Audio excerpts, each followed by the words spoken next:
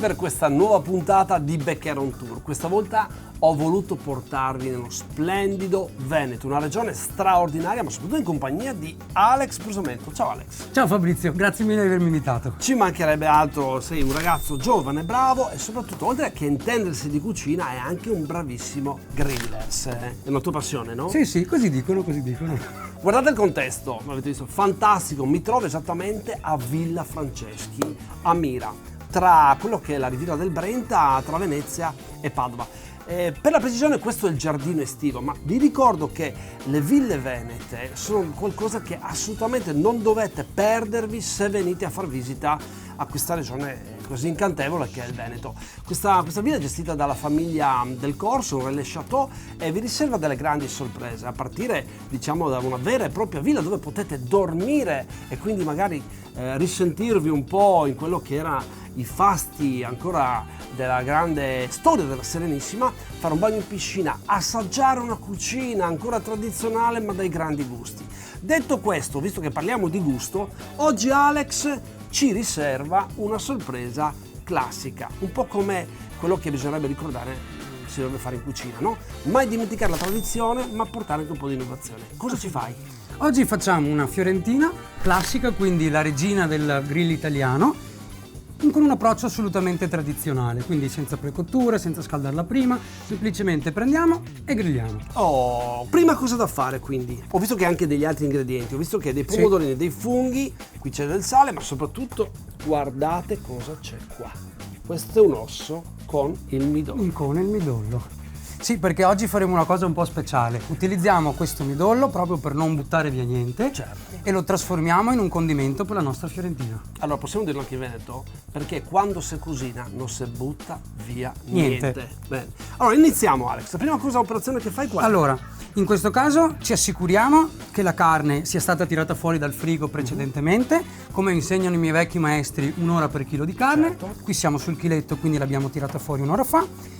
Non andiamo a precondirla in questo caso, proprio per come vuole la tradizione, ma andiamo ad incidere il tessuto connettivo. Perfetto, allora io te l'adagio qui. Grazie Mi mille. sposto il piatto, lo appoggiamo, guarda qui.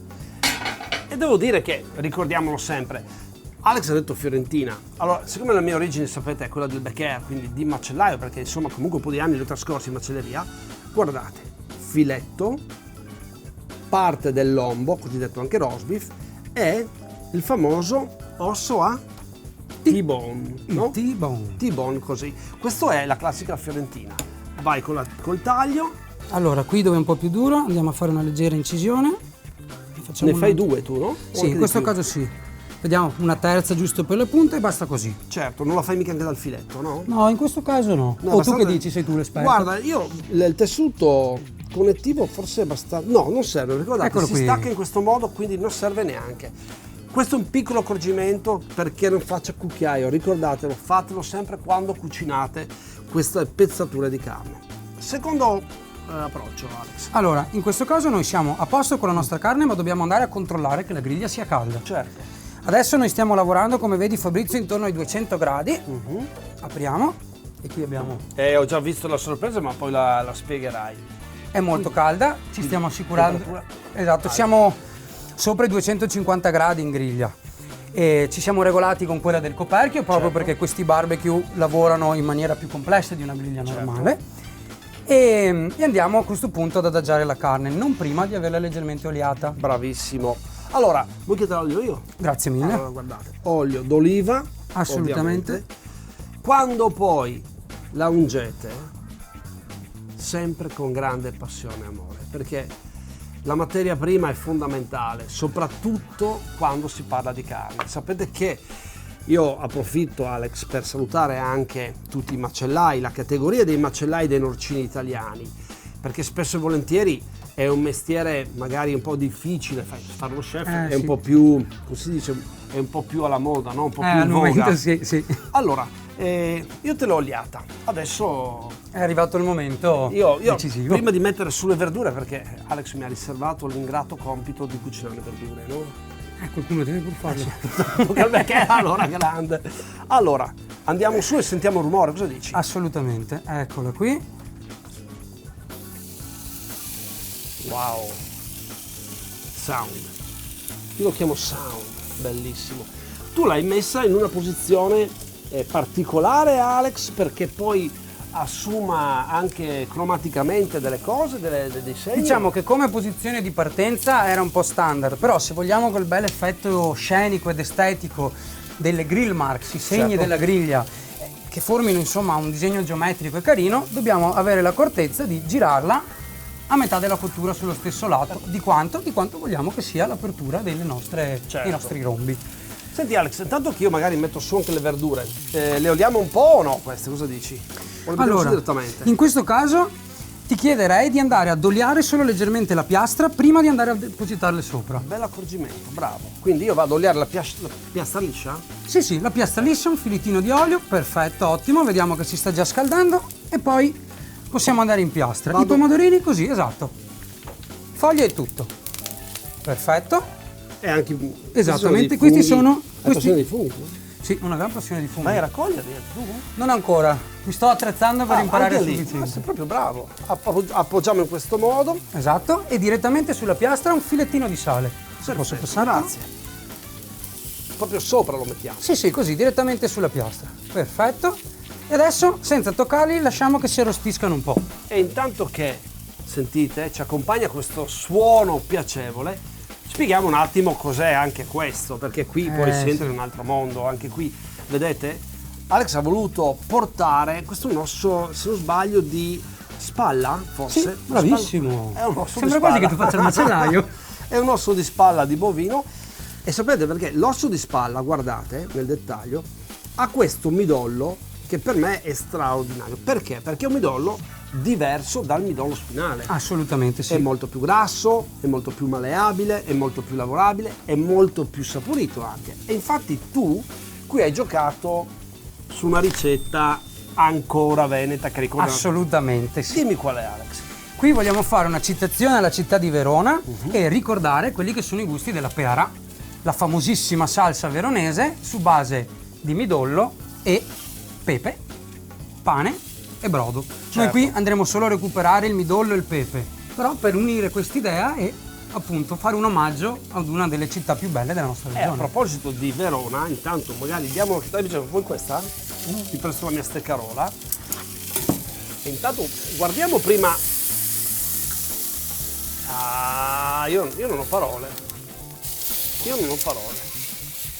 Ah, hai visto? L'hai messa adesso esattamente in 90 Esatto, noi gli facciamo proprio dei bei segni a quadrato, belli precisi e definiti. Io ho dato controllo anche questi. Ti si da girare? Assolutamente Guarda, sì. giriamo. Eccoci, guardate che belli che sono. Che è in compito che ho oggi, ragazzi. Non Quelli so basta che- muoverli un pochino. Veramente, basta girarli. Mi parlavi di Verona. Sapete che in queste puntate di Background Tour spazio e cerco di portarvi anche alla scoperta della regione Veneto, questa regione fantastica. E proprio Verona è la città di Shakespeare, la città di Romeo e Giulietta. E sono passati dei personaggi incredibili, Dante, Goethe, Dickens, Mozart e poi l'Arena.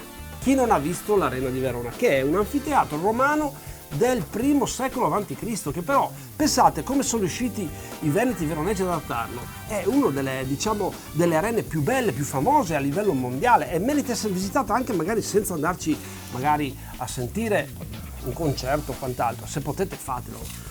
Tutte le botteghe di via Mazzini, sai, tu ci sei stato a Verona ogni tanto, no? Posso dirti anche un segreto? Io ho lavorato a Verona per più di un anno. Addirittura. In centro, esattamente, sì, vicino a Ponte Vecchio. Addirittura quindi vicino a Castelvecchio dove c'è anche il ponte medievale degli Scaligeri, di questa Che è famosa famiglia. Bellissimo. È la Basilica di San Zeno, a leggermente fuori Verona, i musei, quelli del teatro romano con vista spettacolare, uno dei pochi teatri che potete, intanto vedete io mi faccio prendere un po' e lui invece da buon Spostiamo un po'. chef, esatto, da buon chef e da buon griller mi tiene d'occhio, bravo. E diciamo questo anfiteatro romano spettacolare che pochi conoscono, che meritano di essere visitato e poi subito fuori c'è il territorio Soave, cittadina arroccata in questa collina con un castello superiore strepitoso. Se ci spostiamo dall'altra parte, al di là che c'è tutta la collina dei grandi vini, perché ci troviamo in una zona di grandi vini, ma un altro posto che mi ha conquistato e conquisterà anche voi è ad esempio Valeggio sul Mincio, con Borghetto, il Ponte Visconteo, il ponte lungo del 1393, i mulini antichi che oggi sono diventati hotel di charme, il nodo d'amore che è un qualcosa da assaggiare. Insomma, leggende assolutamente da vivere. Si può passare dal lago alla città, alle colline, alle cittadine periferiche, per non dimenticare l'Azzise. L'Azzise che insieme anche, diciamo, ad altre cittadine che proprio si ergono sulla parte veneta del Garda, sono fantastiche. Poi sapevi tu che l'Azzise è il comune più antico d'Italia, del 983. Insomma, hai visto, Alex, quante cose belle ci sono da vedere? Si può proprio dire Veneto, the land of Venice. Allora, detto questo, io credo che i miei pomodorini e i miei funghi siano pronti, E anche adesso la mia bistecca di qui, è ora il momento di girarla. vai, vediamo. Questo può succedere perché in effetti l'attaccatura del filetto è molto delicata e quindi si può, a parte che poi la scaloperai e tutto, no? Quindi Esattamente. è stato oliato anche dall'altra parte. Mi fai vedere come si fa la peverà adesso? Vediamo questo segreto di come. Aspetta, serve anche un po' d'olio forse? Certo che sì. Allora, la peverà, facciamo vedere, bravo, questo osso. Guardate, ecco qua. Guardate la differenza. Veramente non c'è differenza. La simmetria dell'osso, vedete? Tagliato a metà, lo chiedete al vostro macellaio, lui lo fa con grande piacere, e come si è ritirato il midollo all'interno. In questo modo, tu l'hai salato precedentemente, cosa hai fatto? Sì, prima allora ho fatto lavare un po' le ossa, quindi le ho lasciate in acqua, cambiando l'acqua 3 volte finché non è tornata pulita, insomma, tutto il torbido è andato via, e l'ho lasciato un'oretta sotto sale in modo tale che tutti i residui di sangue fossero assorbiti. Sale grosso quindi? In questo caso sì, sale grosso. Perfetto, ok, quindi proprio per osmosi se la porta su e lo ha sbianchito. L'ho sbianchito, Perfetto. esattamente. Adesso cosa fai? Delicatamente andiamo a scavare all'interno, recuperiamo quel po' di grasso e midollo che abbiamo. C'è anche il coltello. Senti adesso che ti aiuto. Grazie Fabrizio, la tua mano di Beccher è veramente a me verrebbe voglia di assaggiare proprio l'osso, anzi, scotta? un pochino. Sì, meglio di no, perché mi sa che mi scotta se no, però non buttiamolo anche questo perché poi ci faccio un po' di puccio io. Cosa ci aggiungi qui? Andiamo ad aggiungere dell'olio d'oliva, Eccolo qua, dimmi tu quanto, Alex. pure abbondante, a posto così, grazie mille, in modo tale da creare un piccolo condimento, un olio aromatizzato Tu al ci hai nostro messo un po' di midollo. rosmarino anche, ho visto. no? Esattamente, in cottura, poi quando andiamo a cuocerla, sale, pepe e rosmarino. Una ventina di minuti a 200 gradi e il nostro osso è pronto. Quindi qua sarebbe ok. Quasi ok. Cosa Manca manca? il nostro ingrediente segreto, il pepe che ti chiederei di passarvi. Eccolo qua, a te. Perché per fare onore alla peara, oltre al midollo, dobbiamo avere, Va bene il pepe nero o ce l'abbiamo anche bianco? Se no. in questo caso tradizionale, pepe nero. Bene. Molto abbondante, vogliamo che ci sia... deve essere deve molto proprio ricco. sapere da peverà. Lo mettiamo un attimo da parte. Ecco, lo metti lì, io ti pulisco. E allora Grazie. intanto, 2 segreti sulla carne, delle piccole chicche di un grande grill master come te. Allora, tanto partiamo dal presupposto che se è vero che la gran parte del gusto si veicola con il grasso, è anche vero che la parte di proteina, quindi quella magra, ha un suo gusto molto importante. Certo.